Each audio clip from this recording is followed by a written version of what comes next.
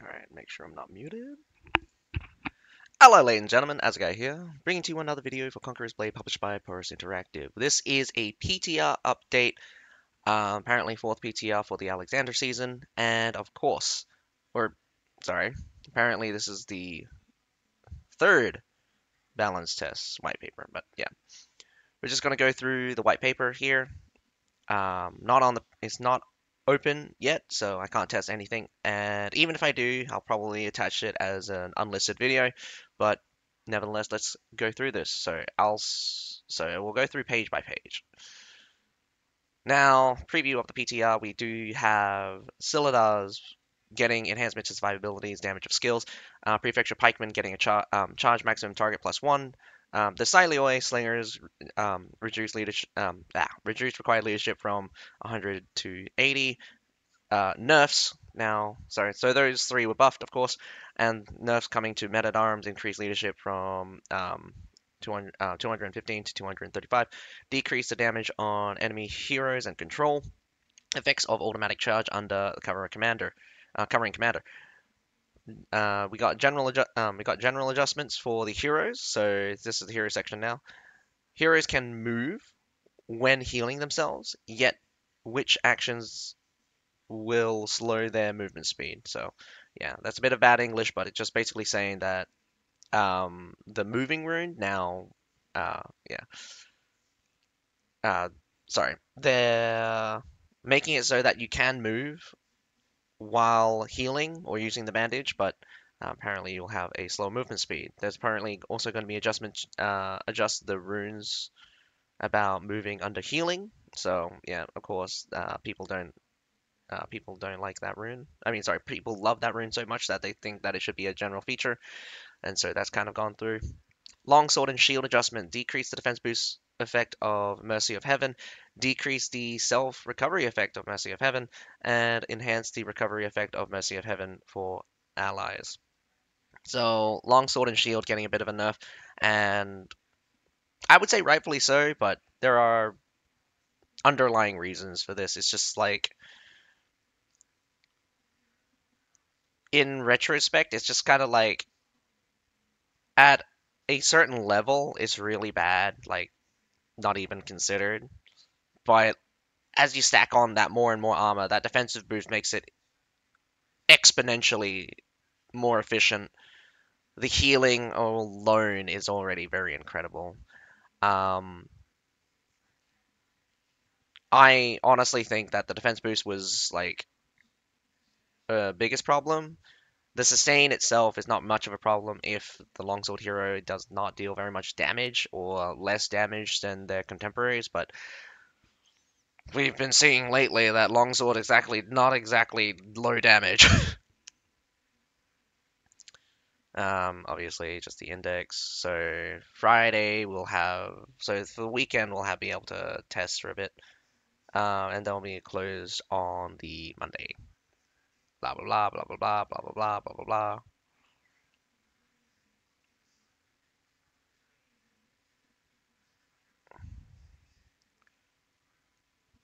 Retest warm up. Just some basic stuff. Anyway, unit balance. I'm not sure how I want to feel about this because this is touching on Silahdars themselves, and I'm pretty much feeling that Silahdars themselves are just there's a lot that's going for them already, and to continuously stack this on is just I don't know, kind of overkill. Anyway, we have Sideways Sweep and Death Strike reduce damage taken by 50% within 1 second and removes crowd control effects instantly. They also increase attack rate for their duration. That's going to be interesting. So they'll be able to swing faster or something. The animation will probably either be faster or they'll be able to do more attacks within the duration. So I'm not sure how they're going to handle that. Just the 2 swipes alone already are very damaging. Death Strike is not very damaging. It's got CC on it, but the damage from Death Strike is actually really low in comparison to something like Sideways Sweep. Death Strike does have a much higher block break, so there's that. Increase the damage of Sideways Sweep and Death Strike by 20%, so excellent. I mean, Silahdar's kind of needed a damage increase, but I wouldn't have put it to their abilities. It just makes them overly reliant on their abilities, but every unit's going to be over reliant on their abilities anyway. Death Strike deals extra damage on charging enemies. That's going to be fascinating. Death Strike itself is not a very good ability to kind of counter charging enemies, and I'm not sure how this will work out. Death Strike having extra damage against charging enemies, we're gonna have to see if. Here's the thing: the unit has to target the enemy. If things are charging at you, you're gonna be hit before they can death strike. Most of the time, charges have CC on them. They're not CC immune. It removes CC when the ability is activated. Well, I mean, we'll see if they are crowd control immune, but I'm not sure how I want to feel about. I'm not sure how I want to feel about this. It's just like it feels like, oh, it's a very cool thing, but it's completely worthless if you think about it. There are the only scenario like Death Strike would be good is that like you don't use Death Strike to counter charging units. That's what I'm feeling. Like you either tank their charge and then counter attack, meaning that they've used their charge on you. But this, I mean, like at the same time, like you got 50% damage reduction, so it very much wants you to use the ability while taking damage. So I'm not sure how I want to feel about that. It's just how it's going to work out in the end. I'm pretty sure Silahdars are probably going to be meta, but we're going to have to see how it pans out. It's going to be strange, but in all intent and purposes, you got 50% here, 26% on their ingenious on their advanced armor, ingenious armor, whatever, and 20% on their boiling blood, which we're uncertain of exactly what's the trigger condition for that. But basically, we assume that it's anytime they're attacking, they have 20% damage reduction. Not to mention, if you go potline, there's also an extra 10% when using Death Strike, so it's just like, this unit could have over 100% damage reduction, but it will still be it'll still be to be seen. Like the condition for advanced armor alone assumes that you've taken a couple of hits. I'm I'm worried, but I'm not sure if this is the way that they should have handled Silahdars. Damage increase is probably going to be the most impactful thing.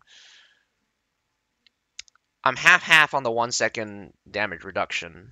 Timing-wise, it's a 1 second. 1 second is pretty huge. I mean, like, Lancelot's 1 second is enormous.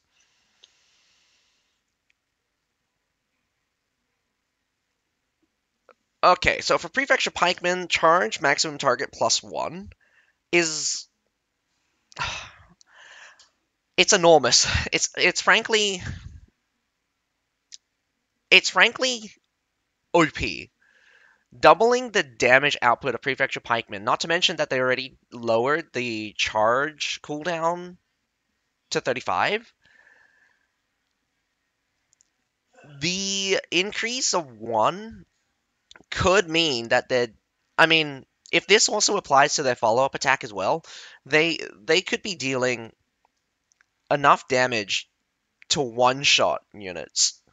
Already, it's already like half-half. You can almost one-shot. You can almost one-shot almost one-shot a unit with Prefecture Pikeman. I say almost. It's not guaranteed. I mean, there are issues with how collision works, and sometimes they don't exactly one shot perfectly. So the charge +1, we could end up with scenarios where Iron Reapers get one-shotted again.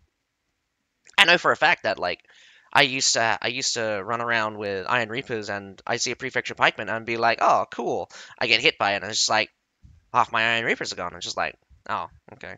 Whoopsie daisy. I mean like the 3 or 4 Iron Reapers that survived would just kill the whole unit, but still, getting hit by the charge now, probably not so now because like 60% damage reduction, so yeah. I'm definitely thinking that Prefecture Pikeman could could easily become like it's already niche before. Now it's just going to move into the section where it's just like, oh, it's like meta niche. Iron Cap Swordsman does this as well. You fully deck those eyes out, and they're just like crazy strong. These guys getting that +1 charge now means that they're matching damage for damage here. Um, though Iron Cap Swordsman also has this additional bonus with multi-hit, multiple hits on the same target kind of thing, dealing extra damage that ignores armor. So there's that. I feel Prefecture Pikeman could do with a damage boost, but I don't like boosting damage so much. I much prefer if everything just survives a bit longer, get a lot more rotations out. The Silahdar Slingers reduce leadership from 8 to 100 to 80. 28 subpar units, even for a tier 2. Now being pushed down again. If we are just considering the tier 2, now they're the best tier 2. Now they're the best tier 2 at completely. It's not a tier 3 though. I would not bring 2 Silahdar Slingers. I would not bring 2 Silahdar Slingers at the current strength. Or maybe I would. Ah, 28 be about 50 56.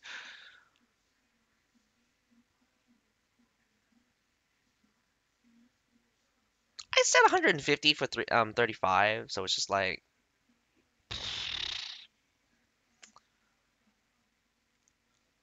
I I still don't think taking this direction was a smart idea.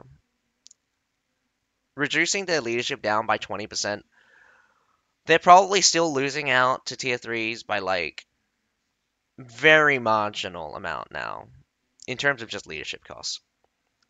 I wish that they increased the unit size. I wish that they went with increased leadership instead. Reducing the leadership to 80, people still won't bring them. I think the 60 zone will probably be the perfect at the current strength, but that would be OP. 80 seems still too high, um, but at the same time, it's probably worth it now, dropping from 100 to 80, and we'll probably be able to fit in a couple more warbands. But no one's going to use them, is my opinion. Just no one's going to use them. All right, now on to probably the main one, and I think a lot of people are going to have very big opinions about this, but Men-at-Arms were too cost efficient. For their leadership, they were too cost efficient. Amazing unit. They had everything. They had damage. They had tankiness. They had healing. They were amazing. There is no way you can counter that.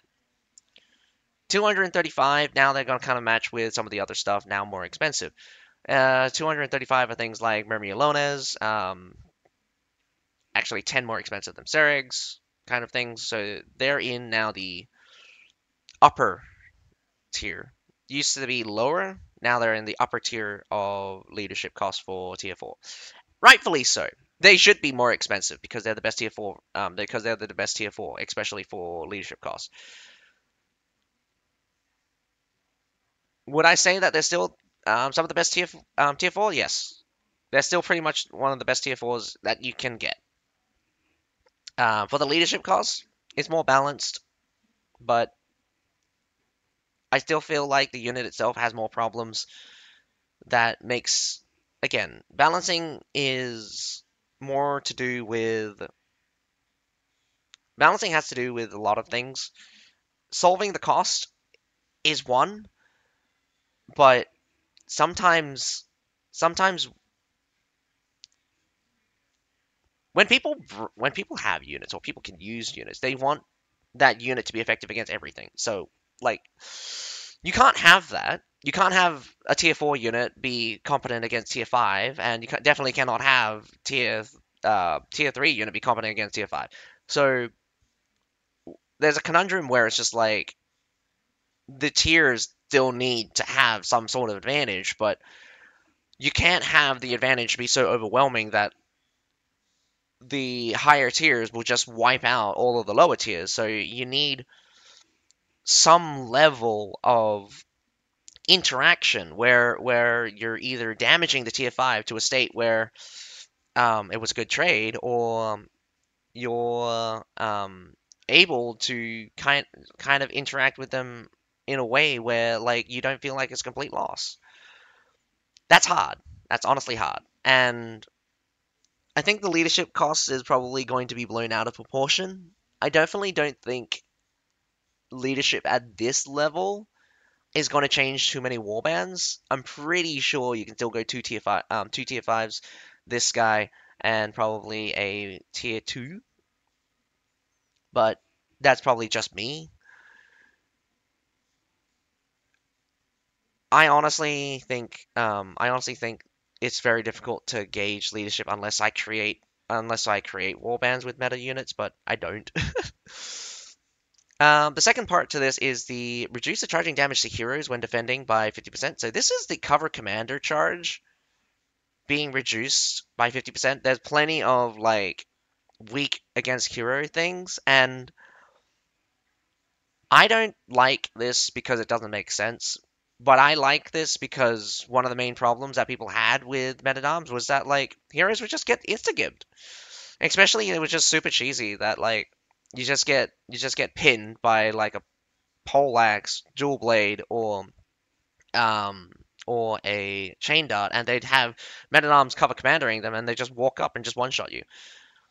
They would also just one shot you if you come around the corner or something like that. Just barely touching these guys would actually one shot you because they have a contact component of their charge, which is not in their normal charge, by the way. It's only in their cover commander charge, meaning that their cover not only do their cover commander charge deals more damage than their regular charge, it also has a contact check which deals a significant amount of damage. It's like 2 to 3k. Their stab attack does around about 3 to 4k, but in its entirety, it's just like that's a lot of damage coming out. What I feel about this is that like it's the same with everything else. You just make it weak against hero. Heroes are just going to be able to play around the unit more, and that's fine. It was very difficult to play around meta-doms before. Now it's just going to be easier. It's just how it's going to be. People are just going to be frustrated because it's just like, oh, I'm no longer immune to heroes.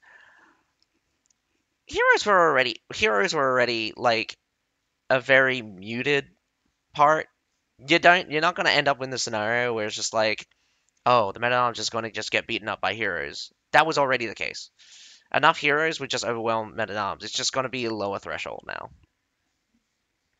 I think I might have contradicted myself there, but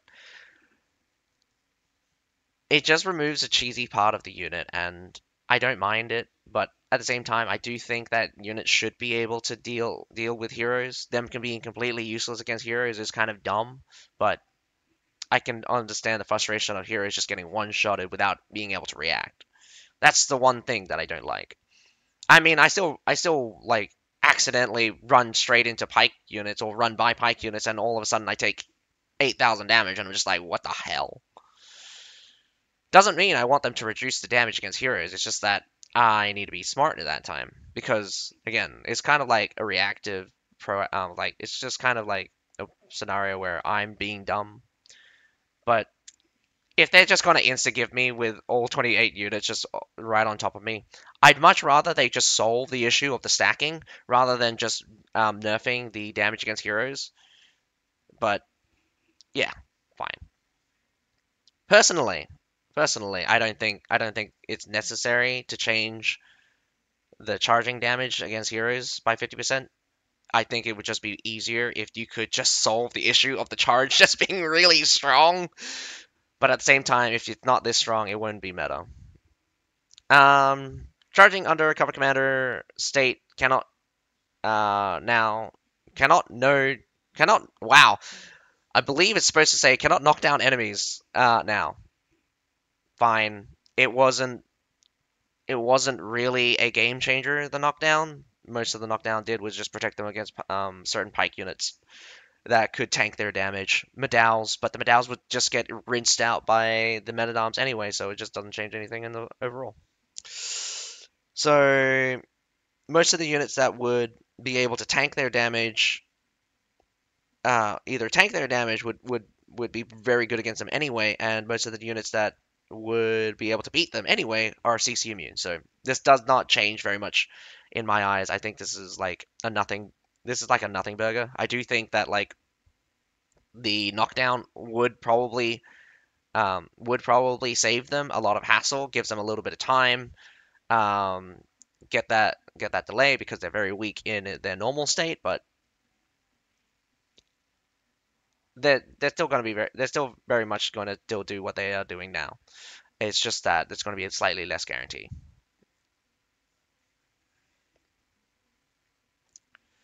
Heroes can move when healing themselves, which actions will slow their movement speed by 50%.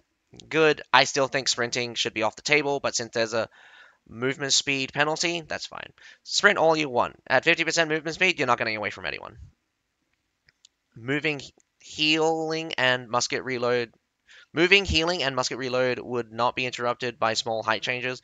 Yeah, sometimes you just like walk off a ledge and just be like, what happened? Why did that cancel?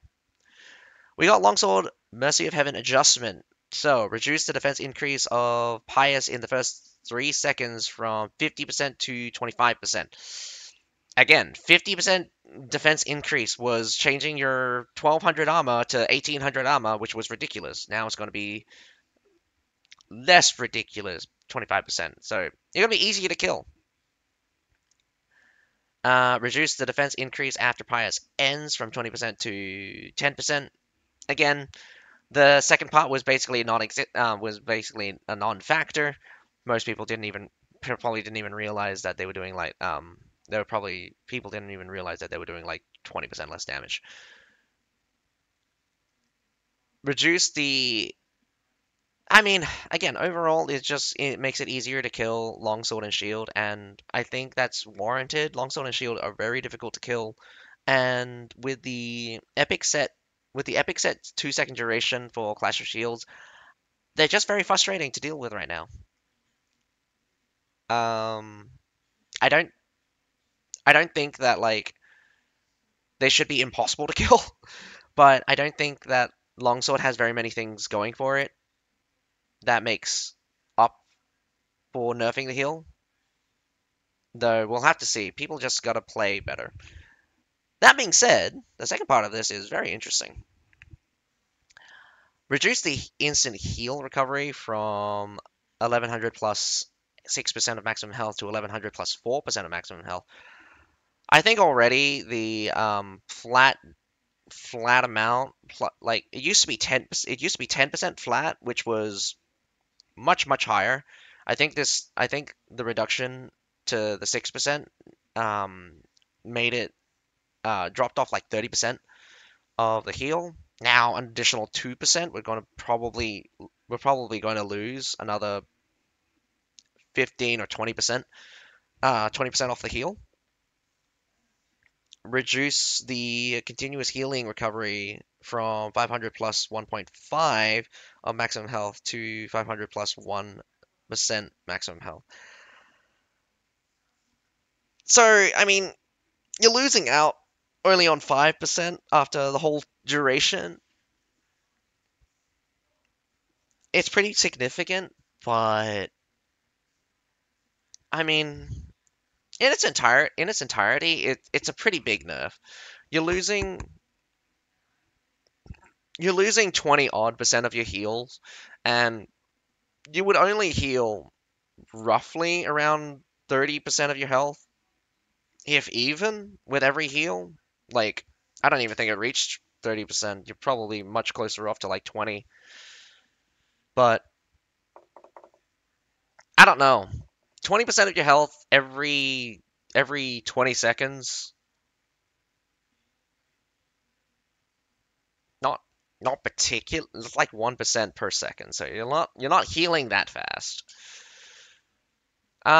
Increase the health recovery for allies from 1% of maximum health to 1.5% of maximum health for 10 seconds. Increase cooldown for 18 from 18 seconds to 20 seconds. So a 2 second nerf. It just makes it easier to kind of like alternate between longswords now. But I mean, again, that 2 second buffer time would have been. I mean, I would have preferred to keep that. I don't think the healing to allies is going to cause that much of an issue. I think strengthening the longsword's support ability will just make them fall back into that role because they're going to be squishier, more easier to kill.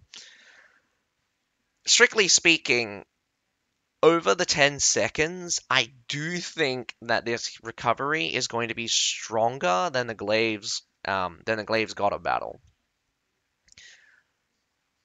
Or equal to. Or equal to. So this will probably push Longsword as a definite support pick.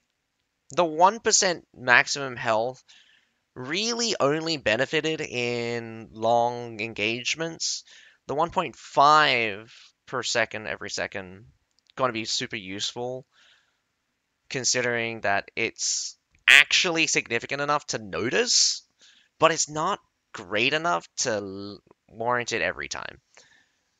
So we're kind of like in that weird spot where if the battles go on longer, longsword is way more powerful. But if the battles are short, this is not very much of a good change. So we're gonna have to worry for when we're gonna have to consider worry. Oh well, not worry, but like we're gonna have to consider scenarios where when the battles. I mean, I'm thinking that they're going to keep battles fast paced, but if battles end up being longer, already we seeing that the phalanx introduction made battles slightly longer. This happened the same as with Medal's, but it's a small trickle effect. Battles are slightly longer, people are just delaying, just all inning with burst damage and stuff, and also just generally units are just much more harder to kill, which is a good thing. Unfortunately, heroes are very easy to kill. I like all of the changes as a whole. It's going to push it's going to push some it's going to push people the wrong way, especially because people love their men-at-arms. And I definitely do think that the people who play longsword will also complain, especially if they play aggressively and just kind of love just healing and running around. This just makes it really easy to kill them now. The 50% defense reduced to 25%. This might kill off longsword as kind of like a frontliner because I'm pretty sure that I'm pretty sure that light armors and medium armors are going to be able to kill longsword now. Already it was just kind of like 50-50. If you got the heal off, you wouldn't die. If you didn't get the heal off, you might be able to survive long enough to heal, and then you'd be fine. So yeah. But that is all for this PTR update. I don't have access to the on thing, so I don't have ability to test anything. But I would have to find someone to help me test out anyway. So we'll see what happens. I'll probably make a video and attach it as a unlisted video. So hope you guys enjoyed this video. But other than that, my name's Atsuka. Have a nice day. Bye for now.